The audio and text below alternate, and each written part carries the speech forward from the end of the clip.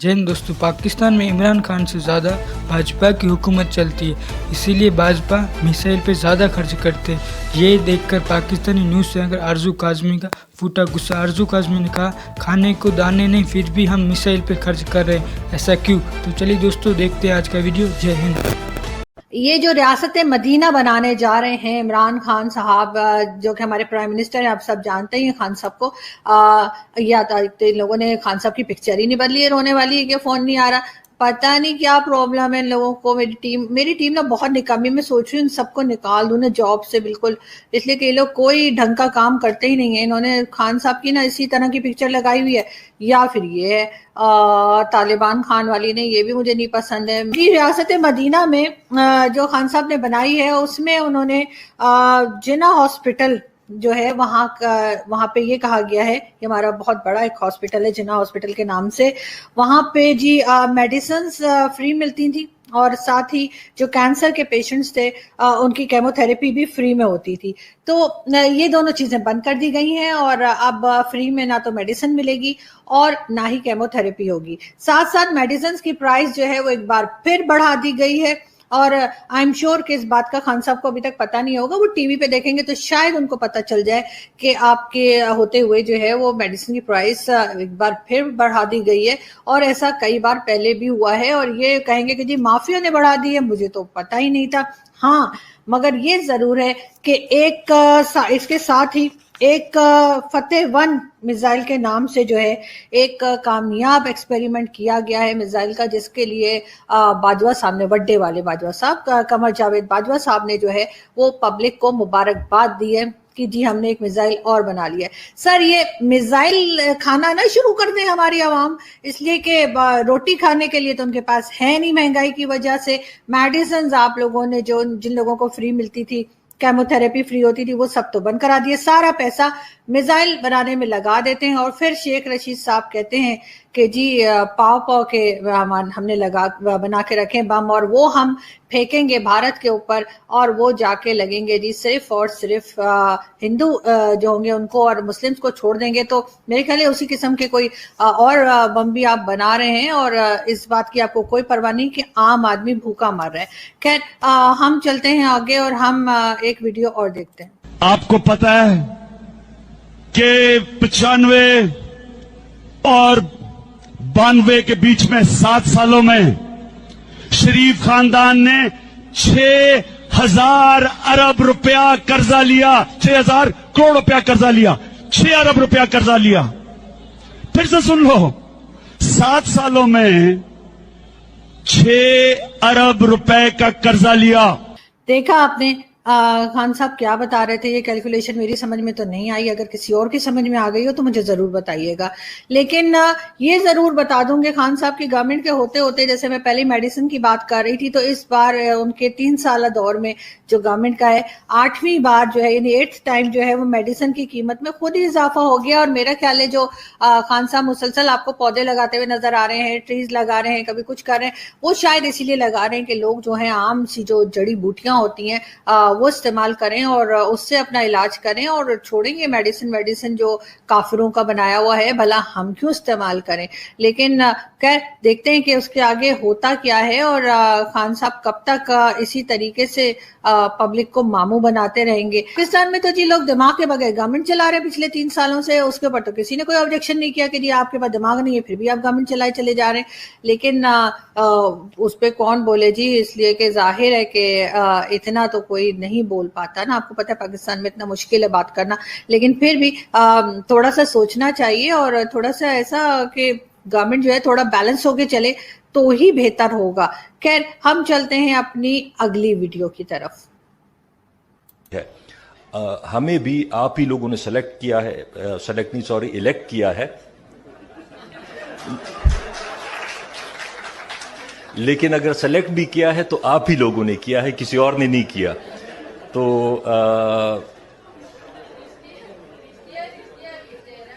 तो ठीक है ना, मतलब अगर आप लोगों ने भी सेलेक्ट किया है तो आपने बहुत जबरदस्त लोगों को जी तो आपने देखा कि ये भी एक मिनिस्टर रहे हैं इमरान खान साहब की पार्टी के, और जिस तरह से वो कह रहे थे कि जी हमें भी आप ही ने सेलेक्ट किया है, कभी कह रहे थे इलेक्ट किया है, वो खुद डिसाइड नहीं कर पा रहे थे कि असल में किया क्या है। लेकिन जाहिर है कि ये सभी को मालूम है कि खान साहब की गवर्नमेंट कैसे आई है और किस तरह की परफॉर्मेंस है, वो भी हमारे बिल्कुल सामने है और हमें साफ दिखाई दे रहा है। साथ ही साथ हम बात करेंगे जी महंगाई की, तो बेतहाशा महंगाई है पाकिस्तान में, और उसको कंट्रोल करने में गवर्नमेंट पूरी तरह से हमें फेल नजर आ रही है।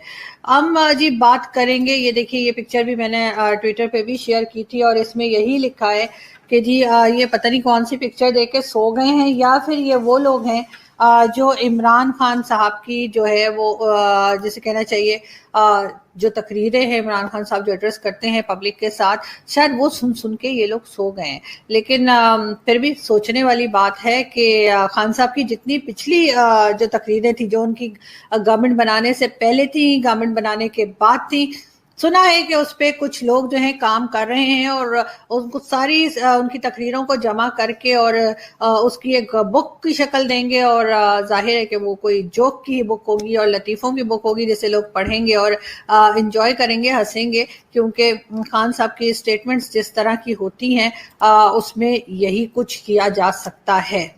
यहाँ हम बात करेंगे पाकिस्तान के टैलेंट की। जी पाकिस्तान में भी उतना ही टैलेंट है जितना कि आप कह सकते हैं कि इंडिया में टैलेंट है। हमारे यहाँ भी बहुत काबिल लोग मौजूद हैं, लेकिन अफसोस की बात ये है कि पाकिस्तान के जो लोग हैं वो जिसमें थोड़ा बहुत भी टैलेंट होता है वो किसी दूसरी कंट्री में चला जाता है और पाकिस्तान में रहना पसंद नहीं करता। उसकी एक बहुत बड़ी वजह ये है कि हमारे यहाँ जो है वो एक्सट्रीमिज्म जो है वो बढ़ती चली जा रही है, और आप जैसे कि देख सकते हैं कि लाल मस्जिद पे भी बहुत बार बात की गई कि तालिबान के फ्लैग्स नजर आ रहे हैं, और इसी तरह का माइंडसेट हमारे यहाँ काफी लोगों का बन गया है। लेकिन सोचने वाली बात यह है कि अगर सब लोग बाहर चले गए तो फिर पाकिस्तान जो है उसमें काम कौन करेगा। जैसे कि इंडिया में बहुत आप जानते हैं टेक्नोलॉजी पे काम होता है, इंडिया में आईटी पे काम होता है, बहुत सारी फील्ड है। इंडिया ने वैक्सीन बना ली, तो जी वो वैक्सीन हम भी बना सकते थे, वो आईटी फील्ड में हम भी काम कर सकते थे, और ये सारे जो चीजें मैं आपको बता रही हूँ टेक्नोलॉजी वगैरह, उसमें पाकिस्तान भी भारत की तरह अपने स्टूडेंट्स को आगे ले जा सकता था अगर उसने जो है वो अफगानिस्तान और कश्मीर का गाना ना गाया होता तो।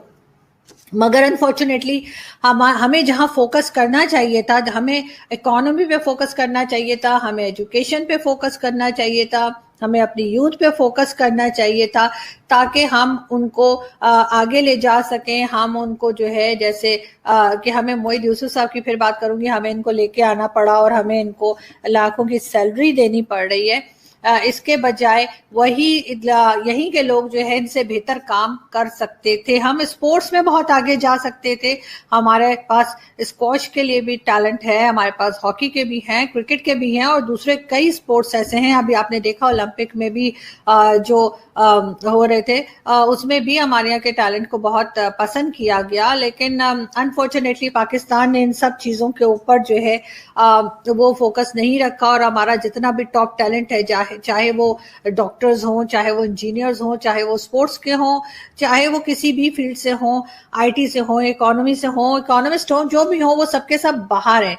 तो पाकिस्तान ने कभी इन चीजों के ऊपर ध्यान दिया ही नहीं जो कि पाकिस्तान को सबसे पहले देना चाहिए था, और इसीलिए हमारे पास अजीब अजीब किस्म के, हम अपने प्राइम मिनिस्टर के एडवाइजर्स देखते हैं, अजीब किस्म के लोग हम देखते हैं कि जो पाकिस्तान को में काम कर रहे हैं। जाहिर है क्योंकि हमारा फोकस ही हमेशा से गलत रहा।